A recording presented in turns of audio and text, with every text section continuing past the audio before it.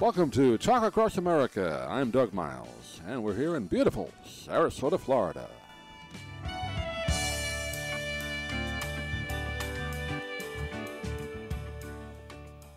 Joining us now on our book talk segment, great pleasure to welcome the author of a very interesting and bit controversial novel.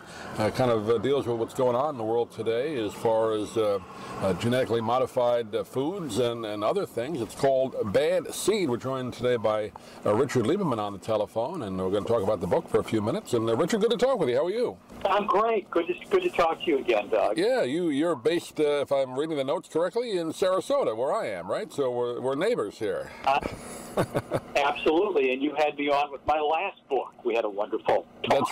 That's right. I should have known that because I do a lot of these. But yeah, I thought we had talked before, but I wasn't sure when it was. So we did talk before. Yeah.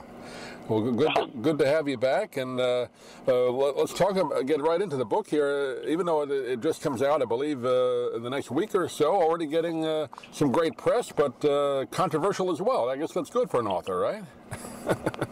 Absolutely. Well, you know, the book Bad Seed, it's the first novel, to my knowledge, to base its plot on genetic engineering in the food industry. It's a thriller involving this brilliant, beautiful young woman research scientist, and it follows her spectacular rise from a penniless student to a potentially psychopathic Silicon Valley billionaire. And Doug, while it's fiction, we try to be as factually accurate as possible in describing the current bioengineering advances. So the reader will be involved not only in a page-turner, but also a scientific briefing on this very important gene editing science that's going on now. I had a chance to read through the book, and again, I don't like to give too much away when I talk about novels, so I won't, but you're right, it reads almost like it's almost a news account of what's going on, which you really did do the research on it, so it has that feel, but also, you got the great story to go along with it that you kind of add to it, the fiction part of it, but it is really based on a lot of facts. It's all the science is real, except the invention that Aurora Blanc, the protagonist, comes up with, that is this corn seed that when fed to cattle makes heart-healthy meat. And she creates this giant empire of food, a beef company. She becomes a billionaire, and then something goes awry, something goes very wrong, ergo the title, Bad Seed. Yeah, we hear so much today about, like you said, the genetically modified food. Farmers can grow crops quicker, I guess, or what they feed, like you said, the cattle to make them, get bigger quicker. But now we're seeing a lot more, unfortunately, diseases coming on, and a lot of people think that has to do with the food being modified. So I don't see anything good coming out of it. I hope there's some good signs that's going to come out of it. It doesn't seem like it's very good right now. Well, and one of the reasons I wrote the book is this whole area, Doug, of genetically modified foods. It's complex. It has the ability for great things and negative things. I mean, the government has basically permitted companies to essentially do whatever they want in terms of creating genetically modified foods. And they say, look, American agriculture is incredibly efficient. Americans used to spend over 20% of their income on food. Now it's less than 10%.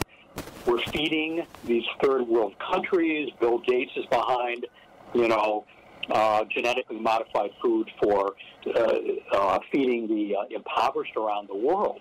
So that's all great. But with this new advance in genetic engineering, it's called CRISPR. I can tell you about it in a minute. It's a very powerful way to change organisms, and it means that anybody can genetically engineer something in their basement, and this kind of changes the game in terms of what can be done with foods and animals and people. So whether you regulate or not is a big issue, and the one that we try to explore in Bad Seed through the story. I was going to say that CRISPR, C-R-I-S-P-R, that's the name of the of what you're talking about, very controversial, where you can, take genes out of a plant or put it in and alter it. That's a scary thing where you talk about in the book, anybody with a microscope and a computer and a few instruments can do this, and who knows what they can create, right? That's a scary thing. It is, and the big companies like Monsanto have done genetic engineering of food for years, but they have teams of scientists, millions of dollars, years and years to do it. But with this new discovery, it was just discovered a few years ago at UCLA, basically it changes the whole game. The way it works, I can use an analogy. Think about a microscopic scout that travels to the exact location in the DNA of the organism, whether it's a plant or an animal, then uses a laser to cut into the gene exactly in the right place, and then transplants DNA from another plant or animal so that you have, and then sews it up. And then bingo, you've got a brand new organism, or an organism that's really been changed. It's revolutionary. It sounds like science fiction. And in 1 week, a scientist can do what, these big companies would spend years doing. So that's my book, Bad Seed. Aurora, the young woman scientist, she puts flaxseed genes in corn seeds using CRISPR to create this healthy corn feed that creates healthy cow meat and creates this giant company, you see. Yeah, it's like I said, it's a scary thing, because part of the book is that it creates these health issues. So that's part of the plot of the book. I won't give that away, but that's part of it as well. Now, how did you do your research on this, Richard? I guess some of it's available, newspapers and online, that kind of thing. But what did you do for your research on this? Well, I spent about a year, reading all the scientific studies and everything else that was out about it. And when I got ready to write it, I was going to do it as a nonfiction. But I decided that a novel would be a much, much better way to tell readers about it. More readers would be interested in an exciting story that educated them and also provided some entertainment. Make a good movie. I don't know if you've been contacted yet, but it's that type of thing where you have science and what's going on in the headlines. Anybody talk to you yet? Yeah, no, it's being shot by a producer, and you never know, Doug. Be great to see something like that happen. Yeah, that's I guess a lot of authors, if you write a novel, you almost hope eventually it turns into a movie. Not until people read the book, though, but down the road, that'd be great. Well, it's a great story. I know we have limited time today, but really what's going on in the world, and gives you, to thinking, a lot to think about, but also very entertaining as well. It's called Bad Seed, and we've been talking with a local guy, Richard Lieberman, right here in Sarasota. And you have a website, Richard, you want to get direct people to? They can get more information about you in the book? Yeah. There's an Amazon author site. The book is also up on Amazon today, Bad Seed by Richard Lieberman. Don't confuse it with, be sure to put my name in, because there's an old movie called The Bad Seed. Right, I've seen that, right. And it will also be, and it'll also be in bookstores in May. But it's available today on Amazon, Bad Seed by Richard Lieberman.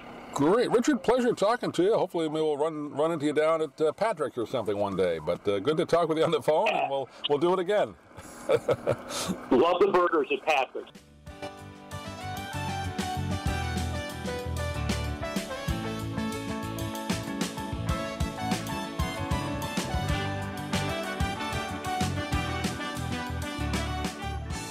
Thank you for joining us today on Talk Across America. Please visit our website at dougmilesmedia.com for more great interviews and content. And if you're interested in any of the books we talk about on the program, please click the Amazon link on our website. It helps support the podcast. Thanks for listening. We'll see you again real soon here from beautiful Sarasota, Florida.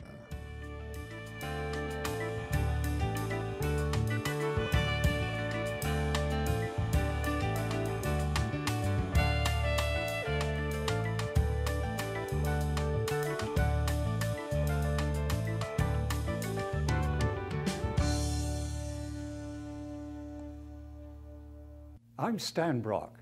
30 years ago, I formed Remote Area Medical to help people overseas. But then we found generations of families in America isolated by poverty from the health care they need. Together, we can take dental, vision, and medical help to 1 million adults and their kids, right here at home in the United States of America.